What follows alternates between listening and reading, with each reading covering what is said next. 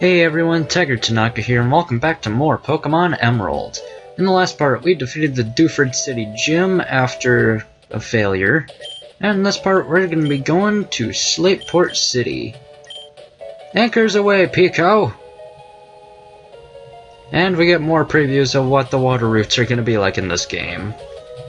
And there's a ship washed up on shore there. Maybe we'll get to explore that later. Ahoy, we've made land in Slateport. I suppose you're going to visit Captain Stern and deliver the Devon goods? Well, we're gonna explore some first. If we talk to this girl here, she will give you a soft sand, which powers up ground-type moves, if a Pokemon holds it.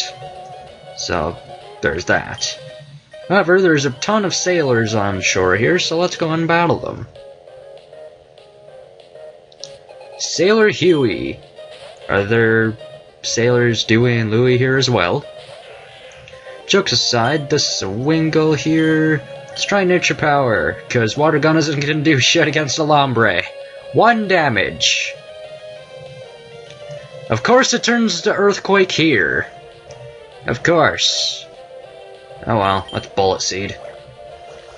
I mean, it's not like Wingull's going to be able to do anything at the moment. Doesn't exactly have Wing Attack on it, so...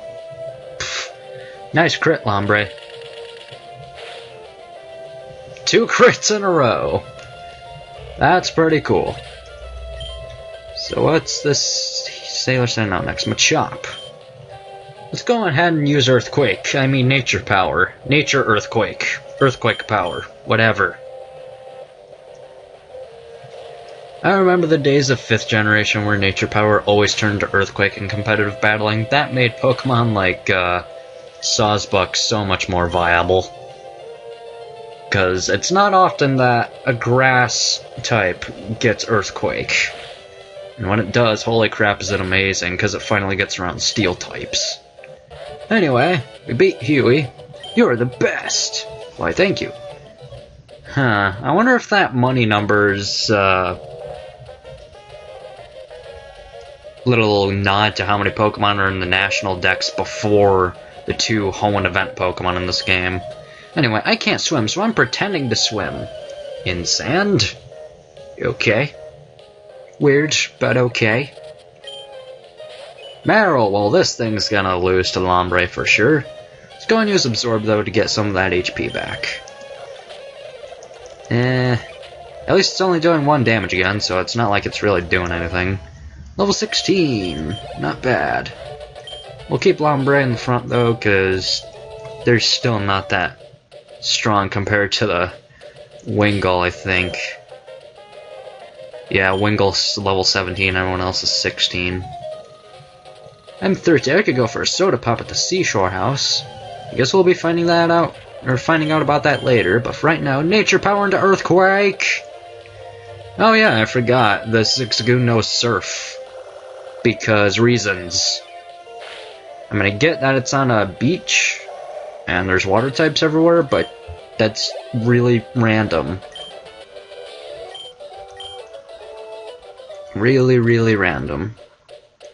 Oh, and this tuber, Ricky, will register you in the Pokénav. That's cool. Brr. Battle with me? Are you drunk, sir? Are you drunk? Edmund. And another Wingull. Aw. Excuse me. Got random phlegm in my throat there, but I was gonna say no crits for days there? And there's a wing attack, but it barely did any damage. Bye, Wingull. You suck. Unless you're my Wingull, which you're not. Seriously, dude, are you drunk? Ow. Trainer tips. Pokemon at the same level may not have identical stats. That's a hint to EV training. And oh shit, I forgot about this. There's a potential double battle to be triggered here, and I triggered it without even trying. Yeah, we got Tuber double battle here. Lola and Chandler. Azurill. Azurill is a very interesting Pokemon. First off, it's the baby version of Meryl, which would make you assume that's a water type, right? Nope, it's a normal type. And what's more, Azuriel's gender ratio is 25-75, 25 being male and 75 being female. So basically what that means is that once Azuriel evolves into Meryl, some of the, I believe the female ones will turn into males, because Meryl has a 50-50 nature ratio, or gender ratio. So, yeah. It's, really weird. I don't understand why they did that, because Azuriel, to my knowledge, is the only Pokemon to have a 75-25 gender ratio on anything. Where literally anything that isn't a 50-50 shot, at least as of this generation, was a genderless legendary, or something that was always guaranteed to be one or the other. And then they don't have that problem with Pokemon like Combee in later generations, because only female ones can evolve in the first place. So, I don't know what they were thinking with Azuriel's gender ratio there. Anyway, those Bullet Seed animation takes forever. That's why I don't like using it if I can avoid it, but right now, it's Lombre's strongest attack, and I hate that. But hey, we'll finally be able to take down Azuriel here. And then the second Pokemon she has, which is another one. There we go. Yeah, notice that tubers and swimmers don't really give that much money. That's because they don't have pockets. Or if they do, then it would get ruined in the water, so there's that. And this person references the pickup ability. And why it's so good for Zigzagoon to be doing that. And speaking of which, Zigzagoon finally has another item, and it's just a potion. I guess it's better than nothing. But for right now, yo trainers, whether you're hot to trot or cool cat not, chill at my papa's spot. This is the Seashore House. May hot battles rage on hot sands. The place for hot trainers. Let's go on in. We talk to this guy here. I'm the owner of the Sea House, but you can call me Mr. C. What I love above all else is to see hot Pokemon battles. Let me see that your heart burns hot. If you can defeat all the trainers here, I'll reward your efforts. Alright, I think I'm going to put Wingull in front here because Lombre's had enough time in the spotlight for right now. If you're looking for a battle in the Seashore House, you'll find no hotter trainer than me, matey. I don't know, I'd argue that girl over there is hotter than you, but that's just me. So, Wingull versus Wingull. Gee, I wonder which one's gonna win. The one that's level 11 or the one that's level 17? And Machop went down with no trouble. Tentacool, probably about the same. Yep. Bye, Dwayne. You suck. That was a hot battle. I can accept that loss, matey. Okay, I'm going away from you now. Boring battles aren't worth the effort. Fiery hot battles are what toughen Pokemon up in trainers. I botched that sentence horribly. Hey, Goldeen, we haven't seen one of you yet. There's nothing really special about you, though, other than the fact that you can learn Peck. Which you'd think Wingull could, but you can't. Which is weird. Anyway, though, let's go ahead and put Marshtop in the front, and I guess I'll put Lombre where Wingull is just in case we run into another double battle by chance. And let's talk to this tuber over here. I'm going to show you how great my Pokemon are, but don't cry. Okay. I'm not going to in the first place, Simon. Mudshot. Dead. Oh, hey, I'm Meryl. Mudshot, and not dead. Interesting. Tackle it!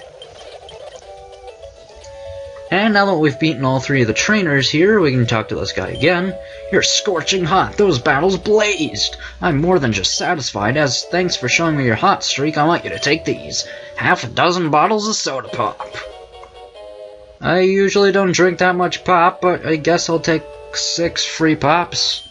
But we can buy soda pops for 300 Pokédollars each, and it's actually a very cheap alternative to healing items, because potions, they're worth 200 Pokédollars each, and they heal 20 HP.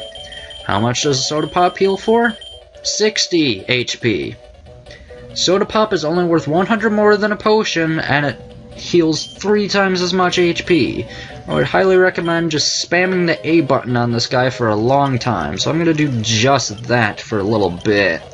Because you can't buy soda pops normally. I mean, you can just only buy one of them at a time. So let's see how many I got here. I got 16, I think that'll last me a while. Plus I got some items to sell next time we get into a mart, which is actually pretty much right now. Welcome to Slateport City.